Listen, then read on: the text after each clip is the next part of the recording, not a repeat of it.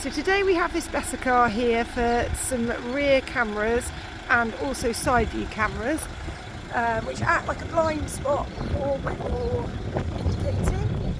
So these are the cameras that we fitted.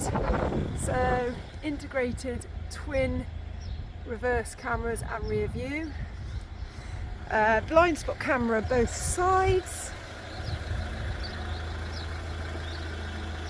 And then if we jump in the cab,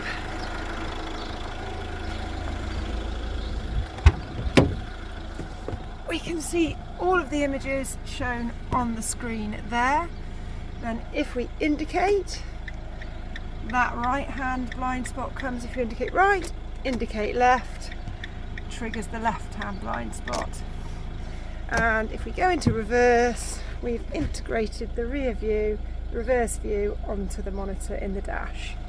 And there we have it, blind spot, rear view and reverse cameras.